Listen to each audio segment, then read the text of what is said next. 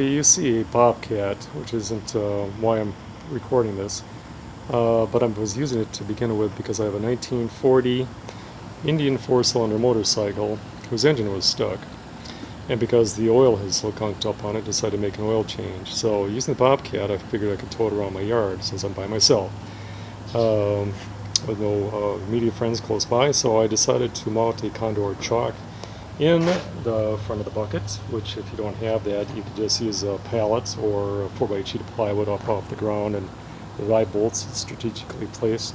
And anchoring the front end, I was actually towing it back and forth, but I was afraid I was putting too much stress on the neck with it vibrating, bouncing, and everything else, since it's a track steer bobcat. And so instead, what I decided to do was check out Craigslist for a cheap treadmill. And so earlier today, it took me less than 2 hours time, I found a treadmill and bought it for $60. And that is this device right here. But you'll see that it's upside down. And the reason for that is because with it right side up and against the back tire, the tire is actually going in reverse. So I turned upside down, which means the belt doesn't have any support, but it actually acts as a small V for the tire to anchor into, and which worked out really well. Now make sure, because I found prior to doing this, that the back end will walk a little bit, so you need to anchor, to your 4x8 sheet of plywood or whatever. A couple other tie-down straps or some means to support it. And in this case, I anchored it to a wall that I had. It works out really well, and I can remove the eye bolts and blah blah blah. So by doing it this way, I was using a mixture, 1 quart each, since it's a 3-quart system, of diesel fuel, WD-40, and automatic transmission fluid to begin with. That was yesterday. Today I'm doing 1 quart each of diesel fuel, WD-40, and Marble Mystery Oil, since I had conflicting stuff on the internet. And so what I'm going to do now, and you'll see, I'm going to start up the treadmill, so this will take me a second. And since it's upside down, the controls are upside down, you've got to be careful which one you're selecting. But I'm going to hopefully start this.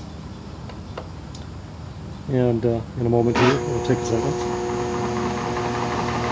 And as you can see, it started up. And picking up speed, I'm thinking, which I didn't want to do. But you'll see, I just slowed it down a little bit. Yep. Now it's not moving, so it's making a liar. There we go. You gotta make sure that the back tire is pressed up against the track. And as you can see, it is now working. There's speed.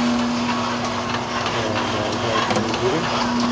So I will attempt to increase the speed a little bit, and you'll see what it do.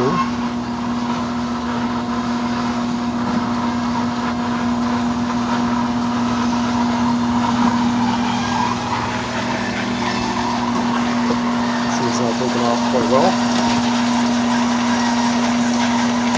Probably operating maybe 10 to 15 miles an hour. The speedometer is old and it's new or something. It's not working. I'm taking a guess that I'm running about 10 to 15 miles an hour in the right direction, and keeping the adequate pumping, the oil pump and so on, to get up to the transmission. And we'll shut it off after an hour. And this allows me to walk away and do other things, which I normally wouldn't be able to do otherwise without somebody to watch this for me. But with it anchored like this, hopefully you'll be able to take the tip and use it sometime down the road for yourself in the same situation. Good luck.